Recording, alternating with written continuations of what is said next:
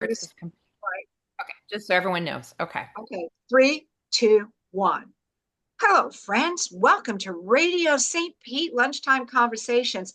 And if you've been listening to the Empty Nesters, I have the Empty Nesters here with us. Hello, Leah Magnum. Hello, Jill. Hello, Hi, how hello. are you? We are so wonderful. We're so happy to have you. Tell us a little bit how you both met each other, first of all, because you're lifelong friends, I understand, and how the podcast came to be. Well, I love lifelong friends, and I'll say it this way. We are lifelong friends in the sense that when empty nesters first have their children, we consider our lives to begin a lot of times. So Absolutely. we met when our kids started school together. And my mom always said the best friends you'll ever have are the ones who your children's children go to school with. And so that's it, because you all share the same experiences at the same time. So that's an incredible place to begin bonding, is when you're bonding with the mom you're sitting next to watching the school pageant, or the mom that you're doing the school gala with, or the mom that you're sitting next to on the soccer field. Oh I my laugh goodness. because Yeah. Leah and I are very We've done all of those things. We've decorated gyms for holidays. We've been den moms together in Cub Scouts. Yes, soccer moms together. We have no idea what's going on with the game, but we just laugh our heads off and have the best time. Folks, if you could see this video right now, these two lovely ladies, Jill Whelan, you have had an amazing career. Leah Mangum, you have had an amazing career. It's hard to believe you raised wonderful kids. So, first of all, how old, Jill, are your children My now? children are 30 and 20.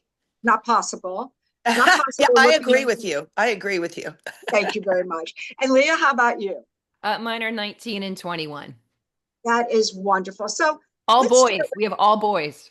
Oh, all boys. So a few more, and you would actually have a football team, right? That's if we would let them play. This is true. We would not. You know, Don't let them go in the water. they talk about girl dads. How is it being a boy mom? I mean, I never thought I would be a boy mom. I always thought I would be a girl mom, and because I'm so girly. Um, and as fate would have it, I became a boy mom, and I'm so lucky and so blessed.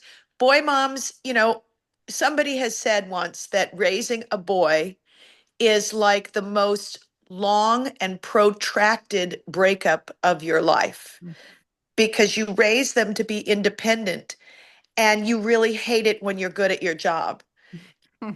And that's kind of how it is with being a boy mom. Then there's the other adage, your daughter, your son's your son till he marries a wife, your daughter's your daughter the rest of your life. So there are so many stages in being a boy mom where you have to really practice and understand what it is to let go. Because if you don't, they might let you go. Oh, that's just so beautifully said. How about you, Leah? You know what? I love being a boy mom. I'm also not as girly as Jill, but I do like, I did dancing when I was little and I did imagine, having my kids in costumes. But being a boy mom really fits me well. Like you can make more mistakes and they're cool with it. You could be late. You don't have to, there's so many things that they're accepting of that I don't know if girls' moms are. I mean, girls are. I don't have girls, so I really can't. It's very general. But one thing, like my kids are getting older, food, man. Every time they come over, Jill knows I cook okay. She's an amazing cook, but I just pull out the food and they keep coming back. Yes, So that's an yes. easy lure for boys. That's one thing I do know. Absolutely. Well, let's talk a little bit before we get down to the actual Empty Nesters podcast. Leah, tell us a little bit about you, a casting director, Jill, actress. I mean, you guys have amazing credentials. Tell us a little bit about your background and your professional career. Let's start with Leah. Oh, okay. Yeah, so I was born in Chicago, started acting, singing, and dancing at a young age, and I toured with Donny Osmond in Joseph and the Amazing Technicolor Dreamcoat, which was my dream come true because he was my idol growing up and the sweetest man you'd ever meet, just lovely. And then I moved to LA and I met my husband and I was still acting and I had kids and I was dragging my kids to auditions with me. And I said, this isn't working anymore. And my husband was working and as an actor. So I started casting and I loved like hiring people because of my theater background. I could really work with an actor and give them directions. And I really love what I do. Feel very fortunate to be doing what I love to do. That these are the behind the scenes. You know, I was just watching House of Guinness last night, Mm. and all I could Isn't it think to great? myself, oh, it's fabulous. All I could think to myself was, who are these actors? Who cast them? And who was the costume director and the musical score of the mix of kind of people like you know, are they're the juice that makes the shows juicy. Let's talk to you, Jill. You've had an amazing professional career, still going, both of you. So tell us about you. Well, let's see. I started acting when I was probably about 7, and none of my family were in the business at all, and I just somehow landed myself in the business and haven't stopped since. I took a break when I had my kids because I really wanted to be a full-time mom with my boys. That was my choice. It's not everybody's choice, but it worked for me. Uh, and once they were old enough to be in school and uh, school full time, then I could get back into to acting, and so I really started got back into it full force, and now they're both out of the house. And so actually just got back from New York doing an off-Broadway play, which was wonderful. She was And incredible in it. I went to see Tell her. us Fabulous. name of it, please. Share with us. sure, it's called Lady Patriot, and it is a true story about a woman named Elizabeth Van Loo, who was a Southern aristocrat from Virginia, and she had been raised by her parents who really promoted her to be educated, which was very rare during the Civil War. And she understood that slavery was not only peculiar, but an incredible violation of human rights. And so she freed her slave, Mary Bowser, and educated her in Philadelphia. And when the war broke out and Virginia was asked to secede from the Union, she didn't agree with it. But in those days, you couldn't say that. You couldn't say that you didn't believe that secession was the right thing to do. So she became a spy for the North and asked Mary Bowser, her freed and now educated slave, to pose as a slave in the home of Jefferson Davis, the president of the Confederacy. And she did. And between the two of them, they were able to have a successful spy ring, and they brought secrets from the South to the North to help win the war.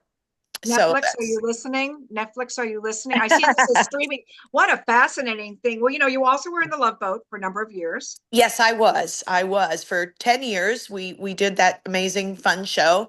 And now we also have another podcast with the Love Boat crew that's sponsored by Princess Cruises, where we talk about stuff, all the things that happen behind the scenes with all the different celebrities that were on the show. So that's kind of where I am right now, and just enjoying my marriage to my husband and working, and that's where I am. So you were sitting around one day and Mhm. you said to yourself, listen, I don't have enough things that I've already been a success and entertaining people with. I'm going to do a podcast. Tell us about the podcast, how it came about. And, you know, now you've been going for what, since 2020? Help me out here. What year? Leah? 2024. Yeah. Yeah. Yeah, about 2024. Well, Leah and I, as we've already said, we are dearest friends. And during the actors' strike, we would walk over and picket with the other actors. And also during the writers' strike, we would picket with the writers. And our kids at that point were just about graduated from high school. And we're walking the line, and I'd say to Leah, "Do you have your sunscreen on? Do you need a bottle of water? Do you have a hat?" And she finally turned around and looked at me and said, "Stop parenting me. You need a hobby." And I looked at her and I said, we're not the only ones in this predicament. We should do a podcast about that because we are both such hands-on moms, and we're both struggling with, I mean, every time I would think about my kids going away to school, I would just start crying. And with my older one, I have a little bit of experience because he's 10 years older. I remember dropping him off at the airport and sobbing the entire way home in the car. And I'm not the only one. I mean, there are millions and millions and millions of moms and dads Yeah, for sure. who feel the same way. And Leah and I just sort of thought, there's a conversation here about who are we if we're not the den mom? Who are we if we're not, on the gala committee? We have got to figure out how to continue to enrich our lives and our relationships with both of our, both spouses and our kids, because it's not healthy to sit around and just kind of wait for their lives to enrich ours. So we thought about it and thought this is a conversation that needs to be had, and I'm sure a lot of and it's a conversation that'll never stop because there's always empty nesters. Yeah. Every year there's a new empty nester. And it's fun because whenever I have questions, I'm like, all right, my son just did this. Jill, what do I do? Jill, get me through this. And so now it's like, I feel like we're growing, we have a growing community of people. You can't talk to your kids about it. Your husband, I think dads and moms do deal with kids leaving the nest differently. It's a very different, both healthy, but a very different reaction to it. So it's fun to just say, and I would call Jill on a daily basis saying, oh gosh, how do I handle this? I want to make sure that my son comes home for the holidays. How do you set that up? I'd love to see my kids on the weekends. So all these things that we were discussing, a lot of other parents had so much input and wonderful ideas. Basically, we're doing subterfuge. We're like, how do we tempt our kids to get home without them knowing we're tempting them to come home? Is it food? Is it Absolutely. food? Yes, That's a some big some of one. them some of them are food motivated, some of them are finance motivated. Yep. Yeah. No chore motivated. Well, what I want Guilt. to There's ask, guilt. Don't forget there's that. guilt. No, That's I don't guilt. want to use guilt. That is the I have the guilt thing down. So I want to ask you this because this is so interesting. You don't just talk to empty nesters from certain careers. You talk to famous people who celebrities, and you give us insight into their journey, raising children, juggling careers that you juggled as well. And yet, when I'm listening, I listened to all of them over the last couple of weeks.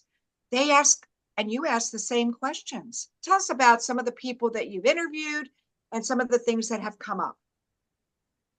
My favorite one's my husband, Jonathan Mangum. Oh, that was good. He's the host of, or the co-host of Let's Make a Deal, and he does Whose Lines It Anyway. But it was really fun because putting him in the couch between Jill and I, the poor guy, it was really fun because, we've had those conversations, but he'll get up and get coffee in the middle of it. So it was nice to have him sitting there between us. I'm like, oh, let me ask all the questions I've been wanting to ask for the last 3 months. So we put him in the hot seat. So that was really fun. And Jill knows him well too. So we had a really fun back and forth with him. But it was insightful for me for sure. Absolutely. And you record every week? We We usually, we yeah. Go Oh, ahead, we Leah. usually like we'll pick a day and we'll do two and three in a day.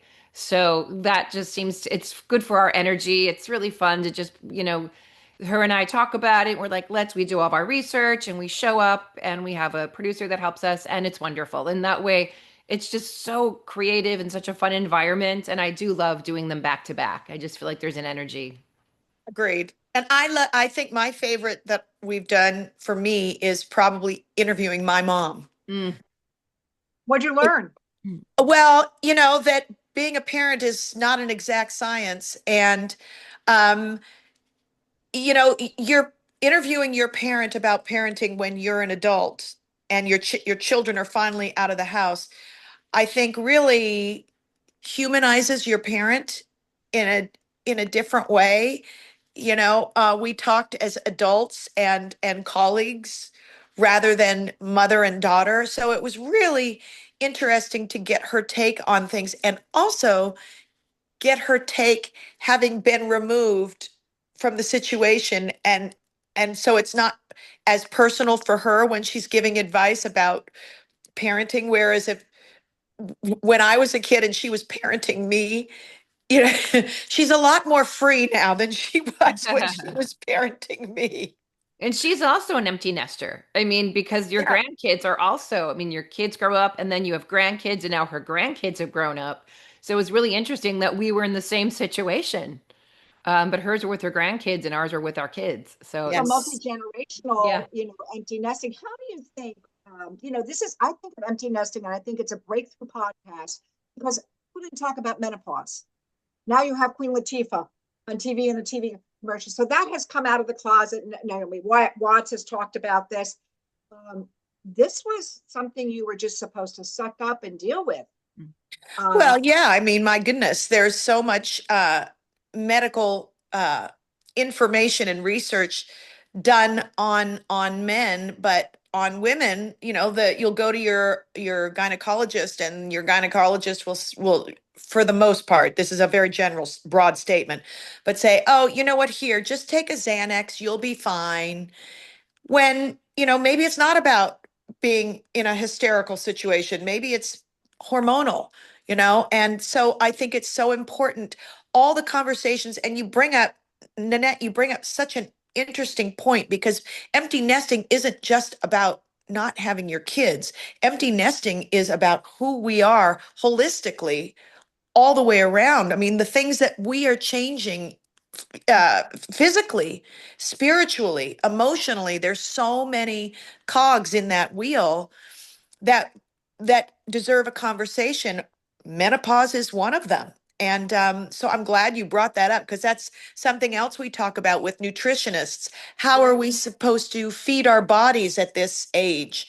Um, what's the best way psychologically to move forward in a career?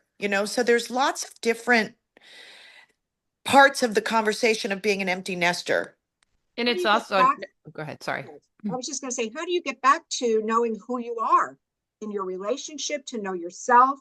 I've listened to these, you ask these questions. So go ahead, Leah, talk to us a little bit. Oh no, I know Laura Layton was one of our guests. She's lovely, She's uh, great. from Melrose Place, fabulous, and she has a podcast as well. And I just remember, like, what do we like to do was one thing that came up. Like, because we've been so involved with our kids, now that we have free time, it's like we can do anything we want. Like, do we want to take a dance class? Do we want to go back to school and learn a new skill? It's really interesting. And also my husband and I, all of a sudden, I'm like, oh, there you are.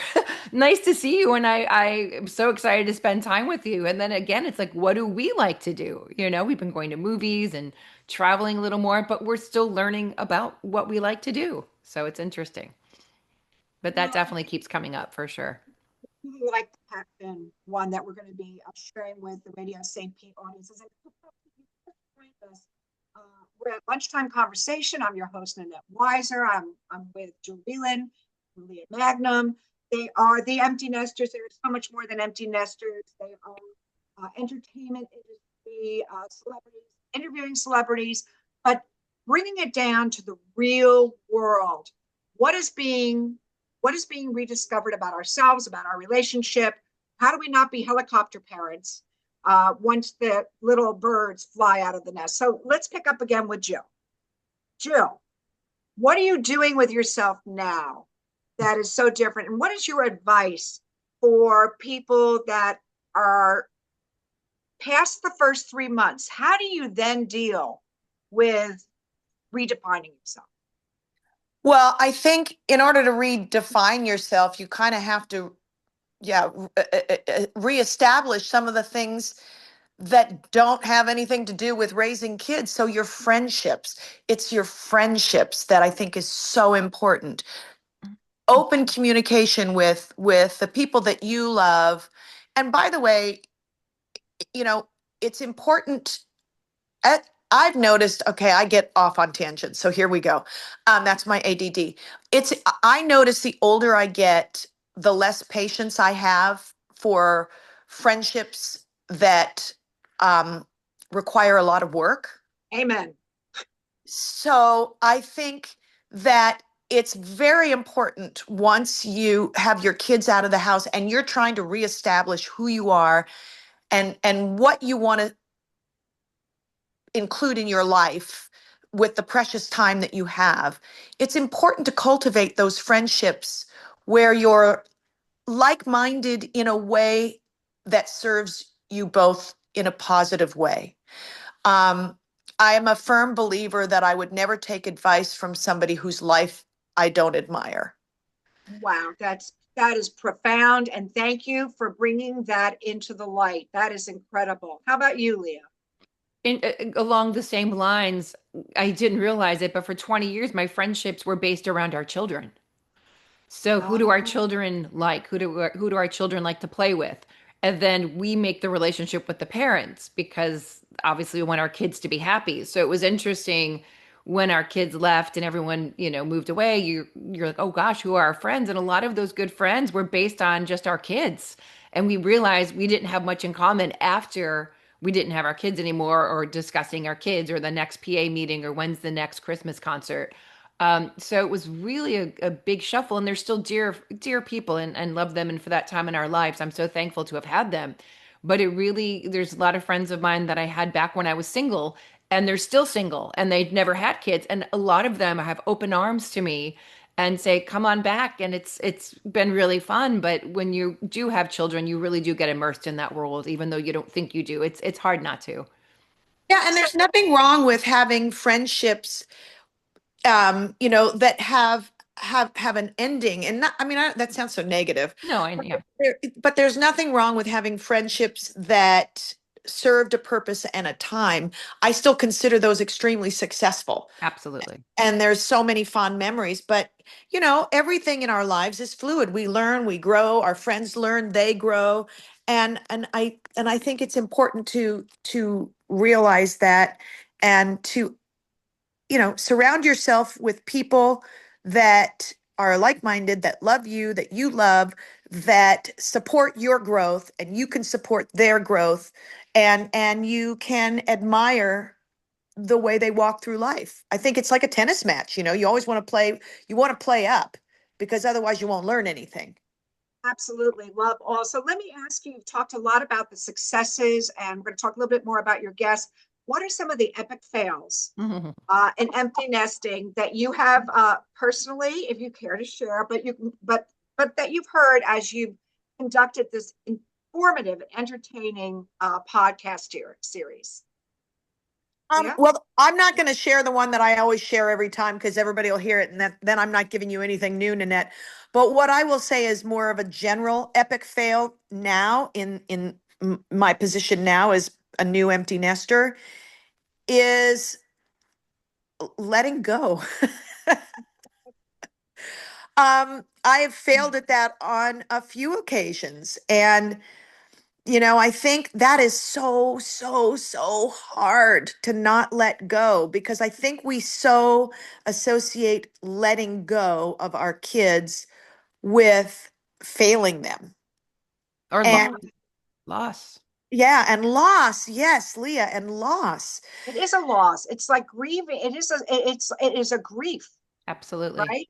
It's a It's grief in your heart, and it's hard when you say goodbye to them at the door in the evening after they've come for dinner, and you're like, "Okay, bye." But it's so important that we let go of that part of our parenting. And so that's an epic fail, other than taking my kid to the wrong movie when he was younger, thinking thinking he was a character from a TV show, and realizing, oh, but now it's a movie, and they can swear and talk about inappropriate things. how about you, Leah? Oh goodness, I think mine is listening. Just need to listen more. So often my kid will call or come into the room and I want to tell them all about me and ask all the questions that I've been thinking about for the last few days and just pound them with questions. And if you just let them come in the room and start talking, you'll learn so much more about them. But it's so hard. It's really difficult. I'm Um, working on that, Leah. I'm yeah. not, I just, when you said that, I went, oh, crud. That's exactly what I do every day with my kids. Okay, I'll be I do quiet. too. I do too, because you're here thinking, oh, they went out, they didn't tell me what happened, or what's going on with this friend. And also, my son gave me a great piece of advice at one point when we had some growing pains. A lovely kid, but he said, "Mom, I'm growing and you're not." And I thought, oh my gosh, because I'm OMG. still Woo! putting sunscreen on him. I'm still doing all these things, And here he's taller than I am, but he's still my baby. You know what I mean? And it was so, he's such a smart kid to have said that. And he said it in the nicest way.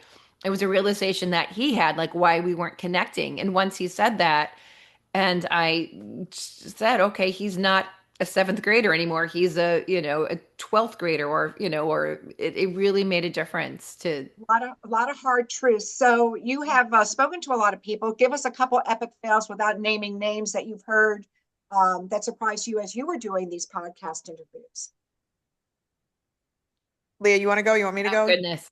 I wish I am trying to remember some of the epic fails. I know one, well, I have one that's just terrible, another one that's more of a physical one, but my younger son decided he was going to get a box that we just gotten something in and go down the stairs in it.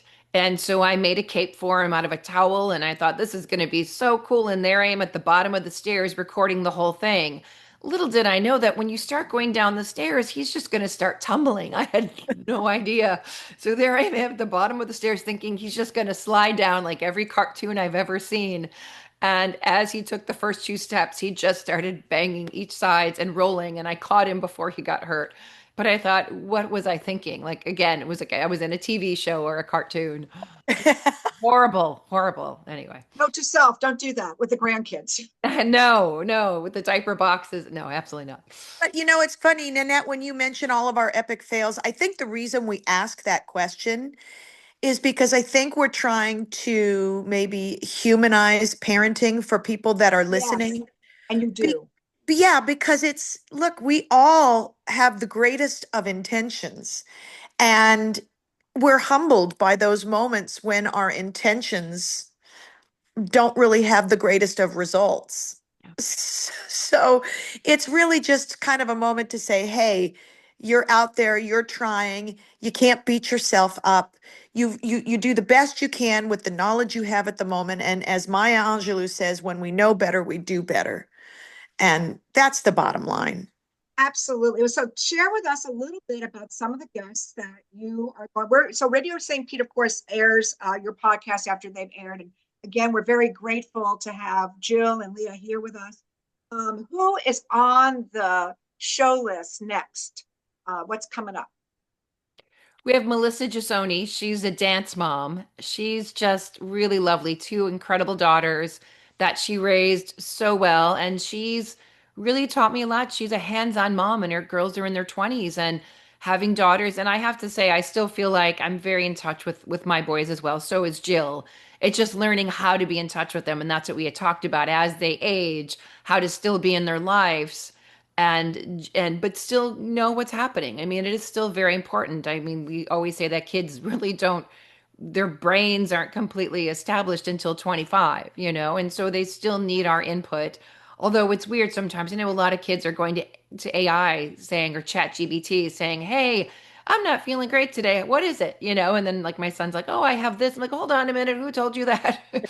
So sometimes like, A wait, whole nother podcast conversation that we need to talk about empty Yeah. nesters, your kids, and should they be dating the what is that new model that AI chat is going to get them? GBT is the one my Oh, my kids listen to. Yeah. Evil, evil. What Yeah. about you, I Jill? know. Well, I don't want it to take my place. I'm like, these are questions you usually ask mom. Right. Or casting directors. Can you It, see AI? Oh my God. Let's not even go there today.